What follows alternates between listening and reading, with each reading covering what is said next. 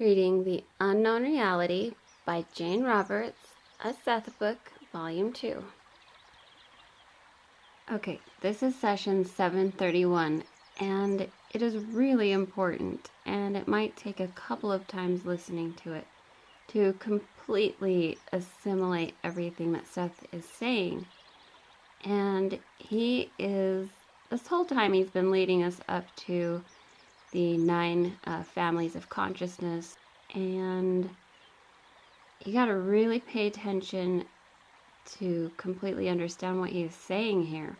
So Seth starts by saying, your present idea of identity is maintained only because you grant as valid such small aspects of your own reality. In other words, your accepted concepts of selfhood would disappear if you ever allowed any significant subjective experience to intrude. Quote, the absent self, end quote, the absent or unknown self is the portion of your own existence that you do not ordinarily perceive or accept, though there is within you a longing for it.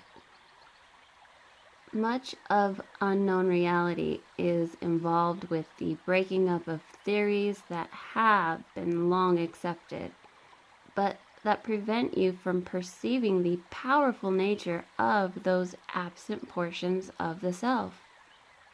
As you focus upon certain details from a larger field of physical reality, so then you focus upon only the small portion of yourself that you consider quote-unquote real.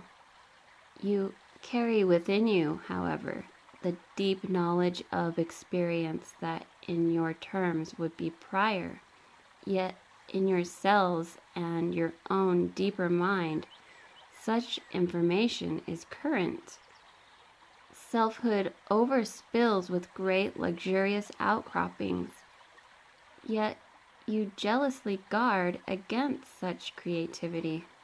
To a certain extent, you do carry the knowledge of your forefathers within your cell's chromosomes, which present a pattern that is not rigid but flexible, one that in codified fashion endows you with the subjective living experience of those who, in your terms, have gone before. As Rupert recently suspected, some very old cultures have been aware of this. While being independent individuals, their members also identified with their ancestors to some extent, accepting them as portions of their selfhoods. This does not mean that the individual self was less, but was more aware of its own reality. A completely different kind of focus was presented, in which the ancestors were understood to contribute to the quote-unquote new experience of the living, one in which the physically focused consciousness clearly saw itself as perceiving the world for itself, but also for all of those who had gone before, while realizing that in those terms he or she would contribute as well as the generations past. The animals were also accepted in this natural philosophy of selfhood, as the individual plainly saw the living quality of consciousness. The characteristics of the animals were understood to continue quote-unquote life, adding their qualities to the experience of the self in a new way. The human body would be used in Earth's great husbandry, as from it dying and decaying new forms would arise. This was a give and take, in which, for instance, a jungle neighborhood was truly home, and all was a portion of the self psychically, spiritually, and physically. Let those who will laugh at tales of spirits turning into the trees. A simplistic theory, yet a symbolic statement in such societies. The dead were buried at home in the same close territory to form in later times the very composition of the ground upon which religions grew. Again, your limited concepts of selfhood make what I am saying difficult for you to perceive.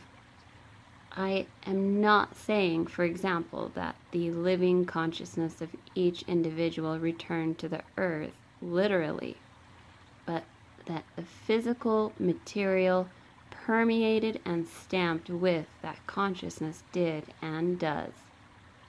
Again, even the cells retain knowledge of all of their affiliations. In physical terms, the consciousness that you understand is based upon this. Selfhood is poorer when it does not at least intuitively understand this heritage. Those intimate realizations, however, had to be counterbalanced in line with certain purposes set by your species, and even for that matter, momentarily set aside so that other abilities and characteristics could emerge. The species' sense of curiosity would not allow it to stay in any home territory for long, and so the sense of intimacy was purposely broken. It would become highly important again, however, when the planet was populated extensively as it is now. Only the original feeling of home area has to be extended over the face of the earth. The quote-unquote absent portions of the self are ready to emerge. The other, to you probable, lines of consciousness can now come into play. These different lines of focus will each show you other aspects of your own reality, as individuals and as a species. I said once that no knowledge exists outside of consciousness. In those terms, neutral data are not transferred through the chromosomes. Consciousness passes on information through quote-unquote living vehicles. Whether physically materialized or not, knowledge is possessed by consciousness. It is always quote-unquote individualized, though not necessarily in your terms. The information carried by the chromosomes is not general, but highly specific. It is codified data, itself alive, that contains within it the essence of specific ancestral experience. Biologically, you do indeed carry within you, then, the memories of your particular ancestors. These form a partial basis for your subjective and physical existence and provide the needed support for it. Since one portion of your heritage is physical in those terms, those memories can be translated again back into emotional and psychological events, though usually they are not in your society. To that extent, the so-called past experience of your ancestors and of your species is concurrent with your own, biologically speaking. That is but one line, however, covered by the chromosomes. You have, quote, another line, end quote, of existence that also serves as a support for the one that you presently recognize. It includes other interweaving physical relationships that bind you with all others upon your planet at the same adjacent level of time. That is, to some extent or another, you are related to all of those alive upon the planet. You are time contemporaries. You will have a far closer relationship with some than with others. Some will be your counterparts. These may or may not be closer to you than family relationships, but psychically speaking, they will share a certain kind of history with you. You will also be connected through the physical framework of the earth in the large give and take of its space-time scheme. A third line supporting your selfhood as you think of it is the reincarnational one.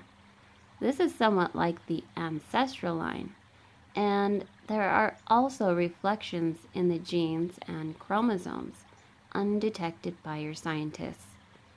The ancestral and reincarnational lines merge to some extent to form what you think of as your genetic patterns ahead of time, so to speak. Before this life, you chose what you wished from those two main areas.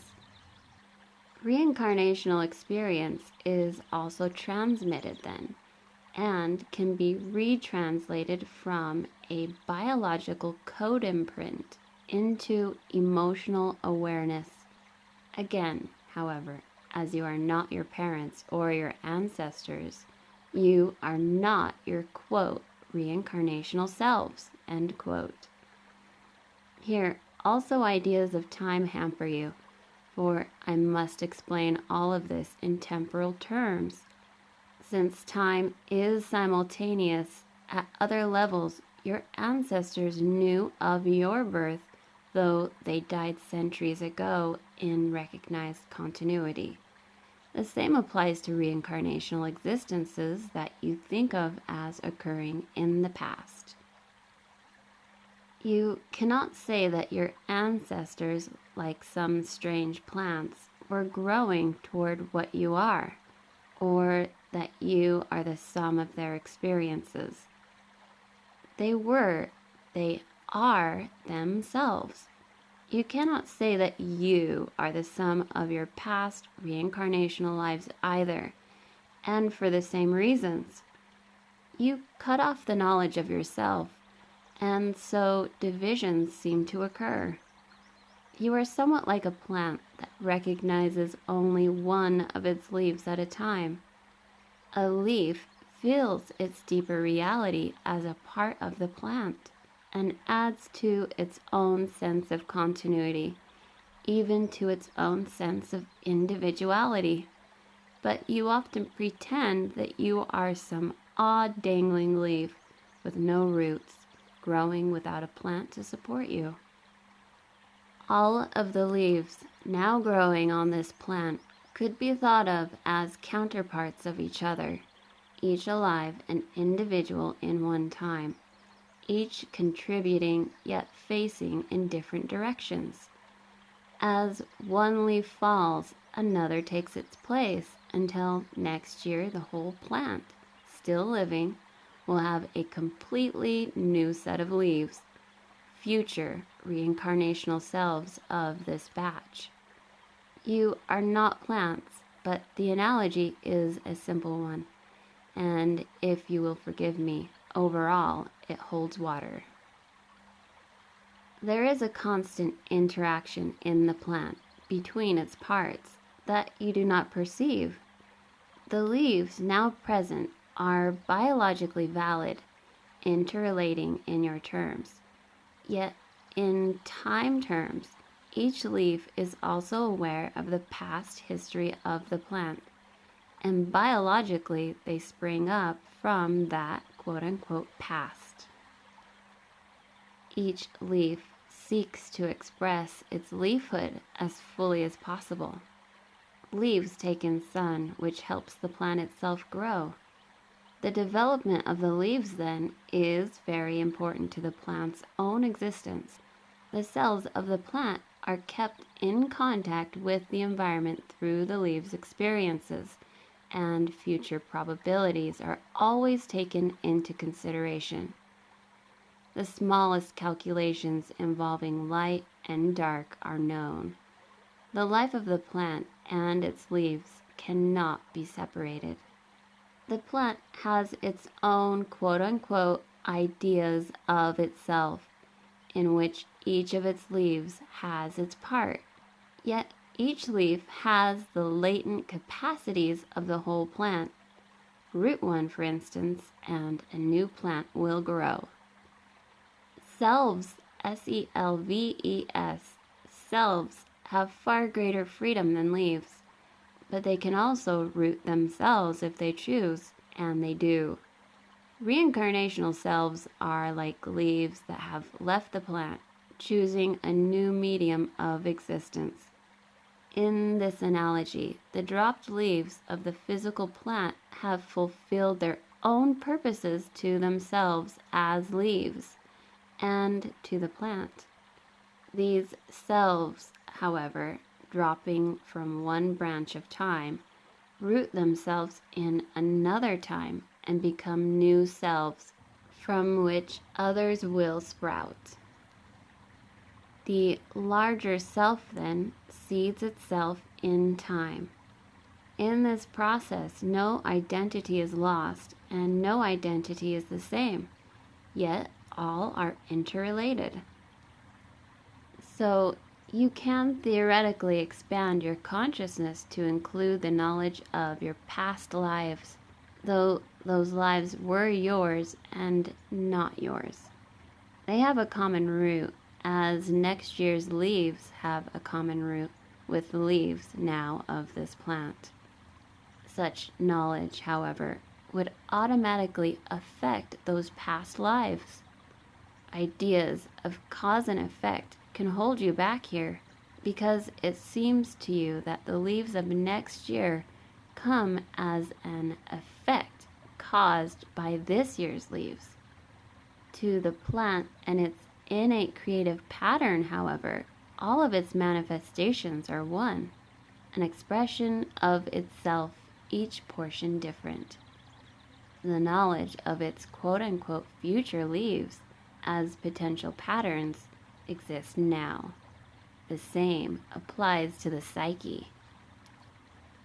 In that greater realm of reality, there is creative interplay and interrelationships between all aspects of selfhood. All right, that's the end of the session. There's some session notes, and the book is getting really interesting. We are getting so close to those families of consciousness. You guys don't even know if you haven't heard this, or even if you haven't heard it for a while. We're very close. I think we're 2 sessions away where Seth starts to discuss them. But session note 1, you guys can read if you like. Skipping note 2 and going to note 3. Okay, it says Seth packed a lot of information into the short 689th session for Volume 1. He discussed the innumerable experiments of consciousness with animal man and man-animal forms, the great communication between man and animal in ancient times, and the deep rapport of both with their natural heritage, psychic and biological blueprints, and cellular precognition, the growth of man's ego consciousness, the beginning of our God concepts, and mythology, and more. So I will put that link so that you guys can hopefully review that from Tim Hart's channel.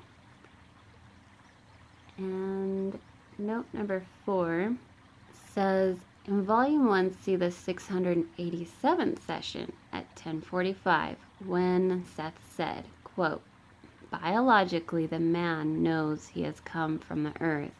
Some of his cells have been the cells of animals, and the animal knows he will look out through a man's eyes. End quote. If you haven't heard that one, definitely go to that session. And I'm skipping note 5. Note number 6 is in reference to when Seth said in this session, the species' sense of curiosity would not allow it to stay in any home territory for long. Rob's saying for Volume 1, see the material from 1049 to 1122 for the 684th session. Okay, so note number 7, I'm not reading the whole thing, but it starts by saying Seth evidently referred to the material he gave on the conscious attributes of information for Chapter 3 of Personal Reality.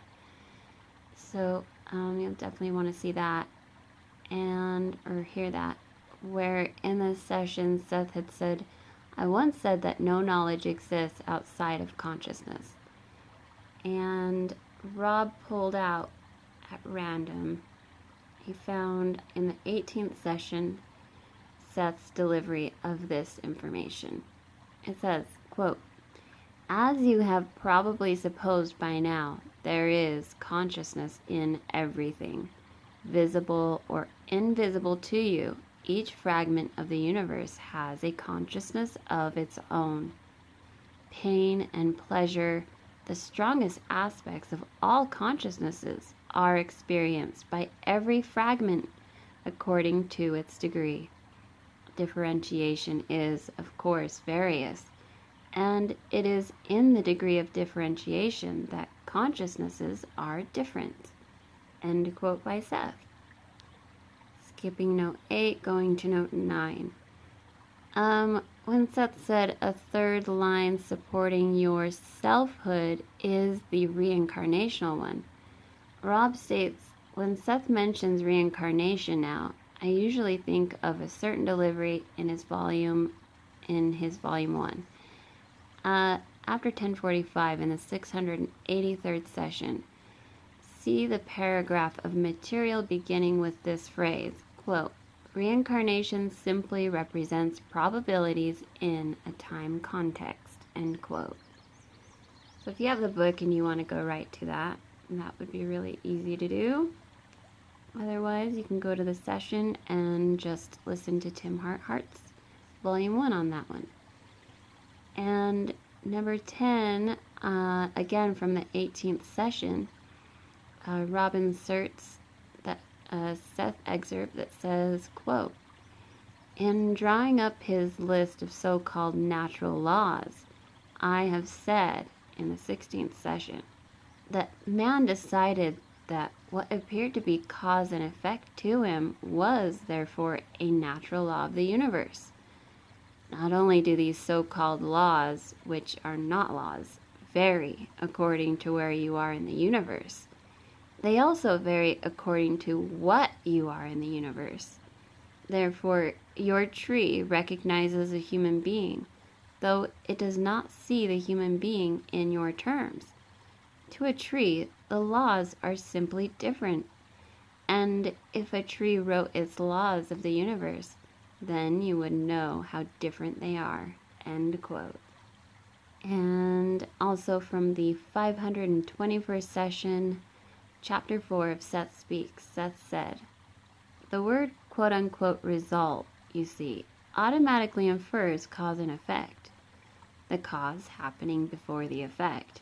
And this is simply one small example of the strength of such distortions and of the inherent difficulties involved with verbal thought, for it always implies a single line delineation."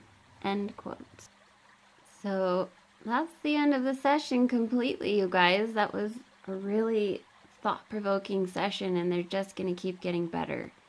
So definitely keep looking back or subscribe with the bell and get these videos.